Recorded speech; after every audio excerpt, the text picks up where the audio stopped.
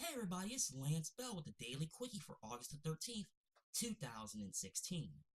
Well, you see it on the screen right there. It's Macy's, the world's largest store. At least they're storing up Manhattan.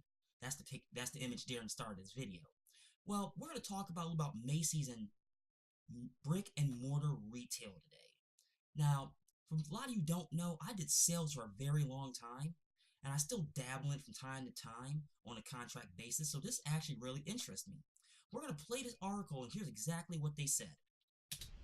If you can't beat them, join them. Macy's is boosting investment in its online operations and closing about 100 stores. Most of the store closings will come in 2017.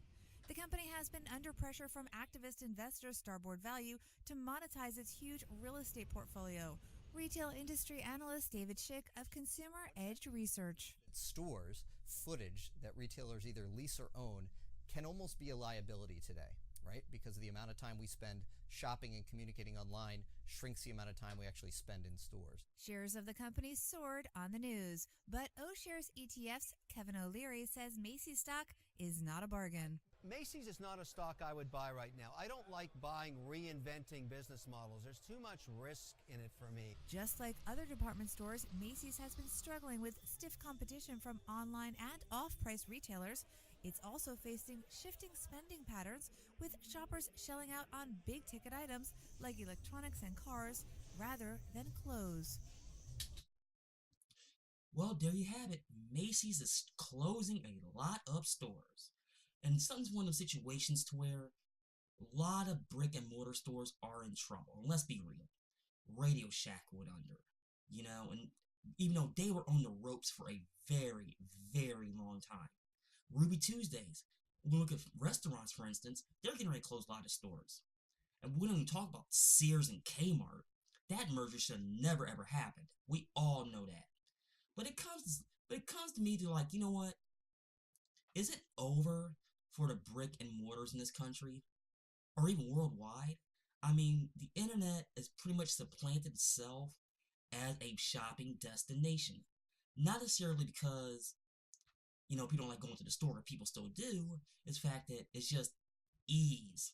And a lot of it has to do with pricing also. Let's be real. When you have a brick and mortar, you're going to have that problem of, you know what? They got to pay for that overhead. Not necessarily the building. You got, the building itself. If they don't own it outright, they got to pay utilities. They got to pay management. They got to pay people, suppliers, warehousing, all that stuff. All that stuff comes into play from the end user, me and you. It comes to that situation where we got to pay for it somewhere down the line versus online. It can be warehoused somewhere, and you get it at bargain basement prices. Let's be real, because that's what it is. That always will be with the internet. And it goes to show you, like, what's going on there? And I have to propose the question to you and everybody, and tell me in the comments below what you think. Is it all over for the brick and mortar store? I'm not saying the mom and pops. Those will never go away, because people enjoy going there. I do too. And a lot of it's that customer service you don't get in these big time chains. Now, in Macy's instance, I remember when they first expanded back in the mid-90s. And I thought then they were nuts. And this is now the repercussions, because I've seen very few standalone Macy's stores. The majority of them I've ever seen is in a mall. And we don't have to start talking about malls and how they're dying. The website deadmalls.com is the perfect site to go to see how many malls are dying. And that's what it comes down to, folks. It's exactly what it is. But let me know in the comments below. What do you think? Will Macy survive? Will they go totally down the crapper like Radio Shack? I mean, will they get lean and mean and be back? Please let me know. Well, folks, I'm going to get off here.